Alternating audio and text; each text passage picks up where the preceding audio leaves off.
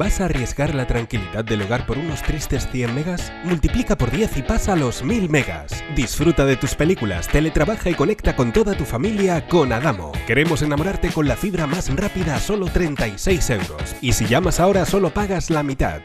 Adamo.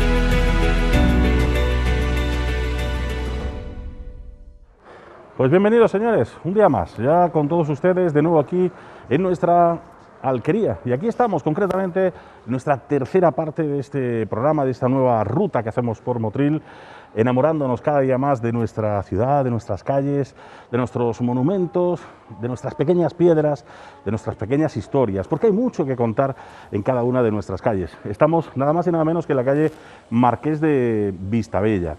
Ya dábamos una pincelada en el programa anterior de cómo se llamaba esta calle, lógicamente una calle que ya también albergaba algunas de las casas principales que hoy vamos a ir a recordar y vamos a afrontar de una manera pues más tranquila. No en balde, aquí vemos todavía algún pequeño vestigio de casas con algo de más de solera, e incluso la casa de la Inquisición, que la teníamos llamada de la Inquisición, aunque en Motril no había Inquisición como tal, pero sí había aquí la Casa de la Inquisición, que vamos a recordar con la inestimable, como siempre, visita de nuestro historiador y cronista oficial de Motril, don Manuel Domínguez, que está con nosotros. Don Manuel, calle Marqués de Vistabella. Esto es una calle de solera, de tronillo, sí, sí. De aposento burgués, sobre todo también en Motril. Evidentemente de situación de grandes familias motrileñas que viven en esta calle, y además en esta calle, aunque han desaparecido, pero existieron grandes casas, existieron grandes edificaciones, que podemos ver todavía algunas en la fotos de principios del siglo XIX, incluso las fotos de los años 60, se conservan todavía varias casas de esta época.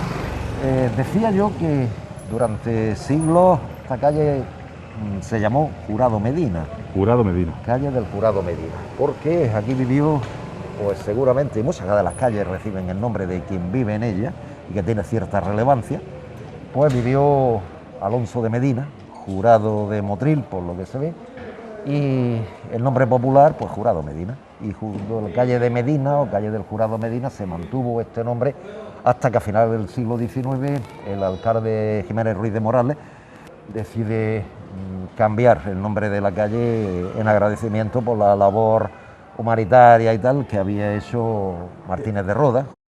La fortuna era muy grande, pero podía haber hecho más, pero bueno, hizo lo que el hombre le pareció, hizo algunas becas para estudiantes motrileños y algunas, digamos, cosas de beneficencia al hospital, etcétera, ¿no? Y en homenaje sí que fue un hombre importante, sí que casi toda su vida la celebró en Madrid, su Palacio de Madrid era el centro de actividades festivas, culturales y tal, hizo una gran vida fuera de España, en Estados Unidos, fue todo un personaje y un representante de Motril en el Congreso y en el Senado. Y además era senador por Granada y por Tarragona. Por Tarragona, a veces también por Tarragona, por el tema de los cuneros, que era muy típico de aquella época, ¿no? Es decir, colocaban, pues Partido Liberal, el Partido Conservador, era del Partido Liberal, pues colocaban a sus hombres en sitios que sabían que podían ganar. El Marquesado de Vistabella es un título nobiliario español creado por el Real Despacho el 9 de septiembre de 1895 por el rey Alfonso XIII a favor del motrileño José Martínez de Roda, entonces senador del reino. Martínez de Roda nacía en Motril el 30 de octubre del año 1855 y fallecía un 18 de diciembre del año 1899. Fue en su carrera política senador del reino de Alfonso XIII y maestrante de Ronda. se casó con la viuda guatemalteca doña Francisca Aparicio y Mérida, quien fue esposa del presidente de Guatemala, Justo Rufino Barrios, convirtiéndose así en primera dama de Guatemala durante su mandato. La acaudalada viuda de Aparicio se trasladaba a España tras la muerte de su marido, y fue el ministro liberal Antonio Cánovas del Castillo el que hizo de enlace con la nobleza española. En 1892, Francisca, que ya tenía 34 años, celebraba sus segundas nupcias en Nueva York con José Martínez de Roda, quien representaba a Granada en la Cámara de los Diputados. El motrileño se convierte así en una figura pujante en la política nacional al ganar buen prestigio por su rico casamiento. Martínez de Roda es criado en su juventud en el palacio donde nació, en la actual Plaza Cruz Verde. Finalmente, la mansión es heredada de su padre, José Martínez Mantecón. Sus estudios en Madrid y su posicionamiento político le hacen alternar con lo mejor de la burguesía nacional, viniendo a Motril esporádicamente algunas veces a veranear, incluso en Calahonda, donde disfruta de su yate. Martínez de Roda, con el tiempo, consigue desde la distancia para Motril algunas becas para estudiantes más desfavorecidos y también para la beneficencia, cual el Ayuntamiento de Motril, a través de su alcalde, gran amigo del marqués, considera darle en privilegio el nombre de esta afamada calle de su ciudad. Cuando se casa con Francisca, era senador. Más tarde, sería en el año 1895 cuando es nombrado finalmente marqués de Vistabella. De ese matrimonio no salía ninguna descendencia. Así, más tarde, el hijo mayor del primer matrimonio de Francisca Barrios, Julio Rufino Barrios y Aparicio, heredaba el marquesado, convirtiéndose en el segundo marqués de Vistabella.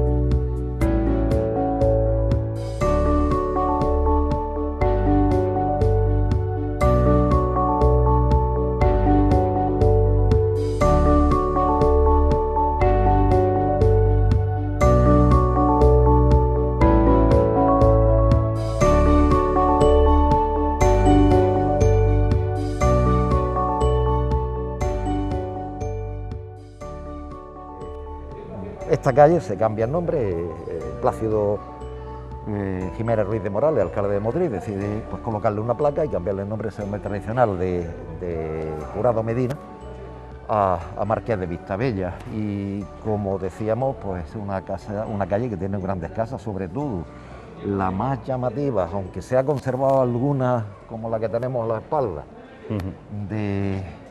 de seguramente construcción de principios del siglo XIX, perdón, de principios del siglo XX o finales del siglo XIX, casas muy típicas, que estaba la calle llena, muy típicas con una entrada grande, dos ventanas laterales, los tres balcones. La famosa balconada motrileña.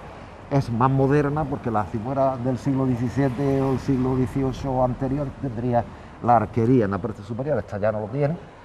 Y sí que tienen azotea por la parte de atrás, pero no se ven generalmente. Son casas burguesas, son casas que tienen envergadura, ¿no?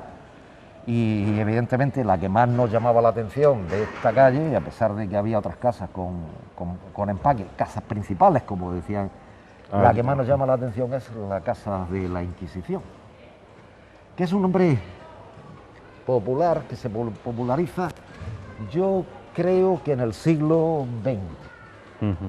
Porque no hay ningún dato, ni me aparece ningún documento con este nombre anterior al siglo XX. En el siglo XX, cuando alguien descubrió que en la portada de la casa existía un escudo que era de la Inquisición, y Rodríguez Martín o algunos de los cronistas motrileños de principios, finales del XIX, principios del XX, es cuando empiezan a darse cuenta de que esta casa tiene un escudo que se conserva todavía en una de las terrazas de la casa. Lo estamos viendo, ese escudo que está, seguramente, que lo han dejado como en un balcón ahí puesto, ¿no? Sí, sería del 17, principio del 18, posiblemente modificada.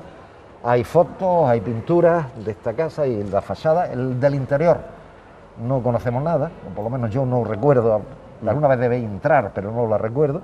Y de la parte posterior, como decía, cuando pasamos por la calle Tejedora, hay una fotografía magnífica de Paco Peña, que se ve la parte de atrás de esta casa.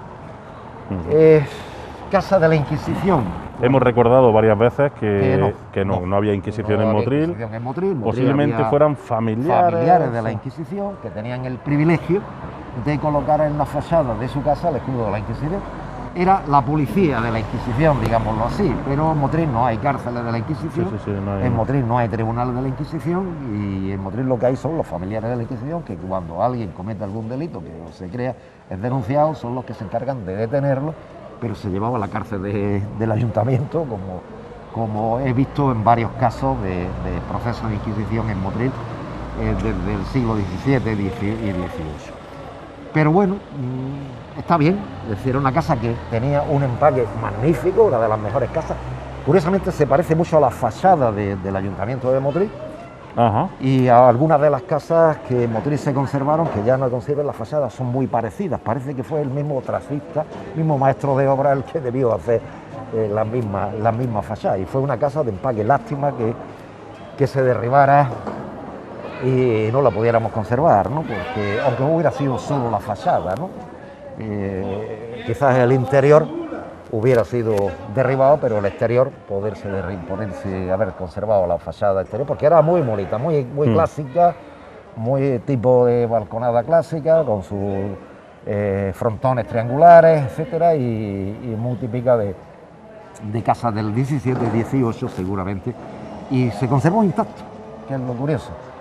Y desapareció. Pero a finales de los 60, a principios de los 70 fue derribada para construir bloque de piso. Eso que yo hablaba antes, ¿no? Es decir, el macizar. De la presión. Macizar por la presión urbanística en el interior de la ciudad. Es decir, que muchos de los arquitectos de aquella época, que no eran tontos, evidentemente sabían lo que estaban haciendo. Yo no digo los políticos, porque a lo mejor los políticos no. Pero sí, los técnicos sabían lo que estaban haciendo, ¿no? Estaban derribando patrimonio. Y lo sabían con toda seguridad, ¿no? Pero nadie... Sí, porque ellos, los auténticos entendidos, claro, son ellos. Claro. Y aquí incluso hubo cierto movimiento, quizás la persona que en aquellos años se movió para evitar los derribos de estas casas, o los derribos de los hospitalicos, o derribos de algunos edificios, fue la directora del Instituto Javier de Burgos, Mari Carmen Sobrón Elguea. Ajá. Que a principios de los años 70, pues prácticamente sola defendió, pues, que no se tirara la casa de Alonso de Contreras, que no se tirara esta, que no se tirara el Hospitalico, etcétera. Pero por desgracia nunca tuvo éxito porque nadie la escuchó, o sea, que la escucharon hicieron caso omiso de lo que Mari Carmen Sobrón intentaba salvar de lo poco que quedaba del patrimonio de Motril, pero nadie la escuchó. El caso es que cuando no queremos, no queremos. Esa presión urbanística sobre el centro de Motril pues fue tremendo, y eso ha dado lugar, pues, a que desaparezca casas muy importantes. Yo recuerdo cuando hice el catálogo de casas que había que conservar en Motril. Catalogué sobre 90 casas.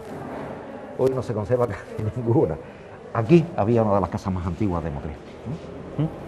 Aquí había una casa que, como también se perdió el reportaje fotográfico que hice, pues había una de las casas que yo catalogué como una de las más antiguas de Motril. Tenía un solo balcón, tenías una sola planta y un solo balcón, pero el aspecto de la casa era antiquísimo. Y bueno, pues hoy tampoco existe, ¿no? Y yo la catalogué como una de las casas más antiguas, posiblemente, que se habían mantenido en la historia de Motril, y estoy hablando a principios del año 80, ¿eh? Sí. Pues yo recuerdo que hiciste un reportaje fotográfico, precisamente, sí, ¿no? De todas aquellas casas que todavía se mantenían. No se conserva prácticamente nada. Que también estaba en el ayuntamiento, lógicamente, se cedió al ayuntamiento. Y otra de las casas que se conservan también del siglo XX, también o final del XIX del XX, es la casa de los madrileños, del almacén de los madrileños. Hoy es de José Luis Escudero. Exactamente. Pero antiguamente era una casa, pues, que tenía mucha prestancia, y la parte de abajo estuvo desde principios del siglo XX ocupada por el almacén de los madrileños. Yo he visto publicidad del almacén de los madrileños porque tenían otra tienda, creo que en Ronda o en Antequera, de Motril, de esta casa, de esta tienda a principios del siglo XX. Se ve la fotografía de la casa. Sí. Se ha mantenido. Es decir, esta casa sabemos que el siglo XX es muy curiosa porque tiene un alero muy saliente en la parte superior, le da ese aspecto tan bonito con los pies derechos de viga y le da ese aspecto tan bonito que tiene la casa y el enmarque que hace en la parte superior el último tercio de los balcones de yesería de los balcones, da un aspecto muy bonito en la carga, muy bonito a la fachada de la casa. Está muy bien conservada. Aunque sea imitación a lo que era, sí, pero bueno. Pero está muy bien conservada, es decir, Sí. que la casa está muy bien conservada. Es verdad que ha debido variar fachada, no debería haber mármol en la puerta, seguramente en su época. Y aquí estuvo pues el famoso almacén de los motrileños, que estaban enfrente, casi enfrente de los almacenes de la familia Sabio, de la familia Moreno Sabio y de la familia Víctor Sáez. Fijaros la gran tradición comercial que tiene este centro de Motril. Si empezamos a citar tiendas famosas del centro de Motril de la primera mitad del siglo XX, Baena, Yangua, Terrón, el Telar, los Camacho, los Madrileños, Los Larios, Vázquez, los Víctor Sáez, los Larios. Es decir, que podemos estar citando Moreno Sabio, podemos estar citando tiendas que formaron parte de ese comercio, tan buen comercio, tan pujante de aquella época, sí. que tuvo Motril en aquellos años, ¿no? Y Carrasco. En la plaza Carrasco, la Purísima, y la Carrasco, Cará. Es decir, que de un pujante comercio en Motril que prácticamente hoy se ha convertido en más de cadenas que de otra cosa. Pues, Manolo, yo hacemos un pequeño paréntesis porque es verdad que hemos denunciado muchísimas veces cuántas y cuántas casas han desaparecido aquí en nuestro municipio, cuántas casas van desapareciendo, pero también habría que romper una lanza en favor de todas aquellas personas que están manteniendo casas como por ejemplo esta y que lo hacen a pulso, es decir, no reciben ningún tipo de ayuda, de subvenciones, etcétera, y que hombre son casas costosas, al final su mantenimiento, los tejados, etcétera, y bueno, que al final pues hacen todo lo posible por mantener precisamente todo este tipo de casas antiguas, de casas bueno, que todavía siguen vistiendo de alguna forma nuestro Motril. Y que José Luis Escudero ha mantenido la casa. Es un ejemplo, ¿no? Hay algunos más, pero que es un ejemplo. Es un ejemplo de cómo se puede mantener un edificio y aunque se le dé uso comercial al bajo, la parte superior se ha mantenido tal cual, es decir, incluso se ha restaurado la casa, es decir, que la ha mejorado, ¿no? Y aquí es un ejemplo de cómo se puede hacer mantener casa y darle su uso comercial si se quiere, ¿no? Y aquí tenemos uno de los pocos ejemplos que quedan en Motril, ¿no? Digo privado, público sí que se ha hecho algo más, ¿no? Privado menos. Pues rompemos, como decimos, una lanza en favor de todas esas personas que de alguna manera siguen apostando por mantener ese pequeño patrimonio que todavía le queda a Motril. Y seguimos avanzando, ¿no? Por Marqués de Vistabella, que también tuvo aquí donde la casa de Víctor, es decir, Víctor Sáez fue también antiguamente otro edificio de gran valor arquitectónico, las fotos se han conservado. Aquí hubo una de las farmacias más famosas de Motril, que sigue todavía, fue la farmacia de Salanavas, ¿no? En esta calle, que fue una de las farmacias más famosas del Motril del siglo XX, ¿no? Y joyería de Sebastián, que también fue uno de los comercios tradicionales en este sitio. Le puedo decir que la calle siempre fue una calle comercial, siempre fue una calle que ponía pues, en comunicación la zona de la Plaza Cruz Verde con la zona de Plaza de Javier de Burgos, y porque durante mucho tiempo la zona del Postiguillo, que ya la vimos, la zona de la Plaza de Javier de Burgos fue la zona más comercial de Motril. Con mucho, ¿eh? Es decir, yo no me explico. A veces cuando veo los documentos no me explico, como en tan poco espacio había tantas tiendas. Sí, a veces es complicado, ¿no? Porque casi todos los bajos eran muchas tiendas. Y bueno, aquí estaba la casa de los Esteban Rabasa, que era otra de las casas que hoy tampoco existe, se ha restaurado. Esta ya casi en la esquina de la entrada de la plaza. Aquí estuvo la casa de Gaspar Esteban Rabasa, la banca Rabasa, y fue otra de las grandes edificaciones que también del siglo XIX se mantuvieron en las cercanías de vamos, calle Marqués de Vistabella, pero ya saliendo a la también plaza, otra casa a la principal, plaza del ¿no? Paseillo o Plaza Javier de Burgos. Y aquí estuvo también la redacción de uno de los periódicos más antiguos y más famosos de Motril, que era el periódico La Revista, que publicaba Gaspar Esteban Rabasa y que estuvo publicándola pues desde 1883, creo que fue. La primera, pues unos años, o de esos finales del siglo XIX, publicaba esa revista literaria y tal, que sacaba, ese periódico literario que sacaba Gaspar Esteban Rabasa. Y se hacía aquí, ¿no? Se creaba Sí, así, la redacción estaba. La redacción aquí. Era Plaza Javier de Burgos 1, o en algún otro sitio ponía también Jurado Medina 1, Marqués de Vistabella 1. Muy bonita la casa de los Rabasa. Las Rabasa, que fueron uno de los grandes comerciantes y banqueros de las familias burguesas establecidas en Motril desde el siglo XIX, que tuvieron un gran poderío económico en la ciudad, ¿no? Es decir, ya hablaremos algunos de ellos más cuando veamos Plaza de las Palmeras y tal.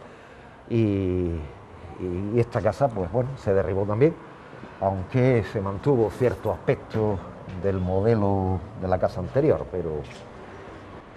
Y ya salimos, o abandonamos Marqués de Vistabella, o Jurado Medina, y entramos en la Plaza Burgos. Decía que entraba en Plaza Burgos o del Paseillo. Del Paseillo. Porque ¿Y eso? ¿Y eso del Paseillo? Antiguamente la gente de Motril tenía tan pocos sitios donde pasearse que las parejas se paseaban por esta plaza. Así que nos podemos imaginar. Desde la distancia, ¿eh? Pues nos podemos imaginar el Motril de aquella época. Esta es la zona comercial, la zona del Postiguillo, la zona calle Comedia, es decir, y esta, la Plaza del Paseillo, que en 1883... Pero el Paseillo era por eso, porque porque se paseaba. Se venía al gente Paseillo aquí, a ver los negocios y tal, había, claro. Y la gente se paseaba por aquí, por esta plaza del Paseillo. Algunos documentos, hay algunas veces le nombran Plaza Nueva, pero yo creo que Plaza Nueva está más relacionada con la Plaza de las Palmeras. Pero algunos documentos dicen que es Plaza Nueva, ¿no? Pero muy antiguo. Incluso aquí hubo una de las fuentes principales de toma de agua para los ciudadanos, para el centro, ¿no?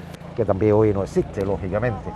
Y Plaza Burgos, desde 1883, que el alcalde decide, en aquella época, el ayuntamiento de 1883, le dedican a uno de los motrileños ilustres más famosos, Francisco Javier de Burgos, y curiosamente deciden ponerle una estatua en la plaza, cosa que no se hizo, porque esa estatua se colocó hace pocos años, la encargué yo cuando fui concejal de Cultura, no la conseguí por ahí en aquella época, y después, hace 4 o 5 años, se puso por fin en la Plaza Burgos. Y además que era donde tenía que estar, ¿no? En la Plaza de Burgos. No lo conseguí en mi época, conseguí la estatua, el busto de Javier de Burgos, pero no conseguí colocarla aquí. Esta plaza sufrió muchísimas remodelaciones, ¿no?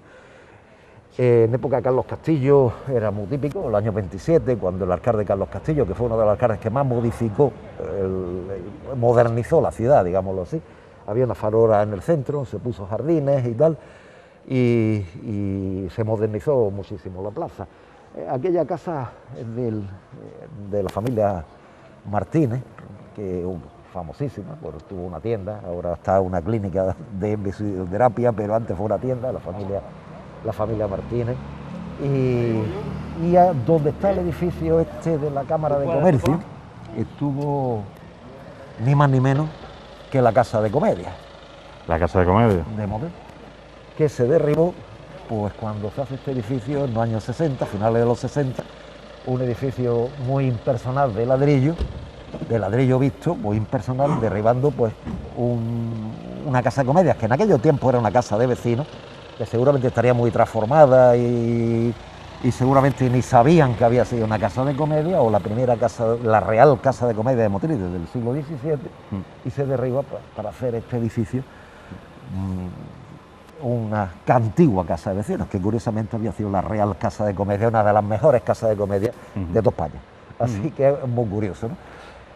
La verdad es que es una plaza con mucha historia, y yo creo que aquí vamos a hacer otra parada en nuestro camino para nuestro último programa de toda esta zona, volver a retomar aquí, hablar como no también de esta casa tan rehabilitada, actualmente con... Y de Pangall.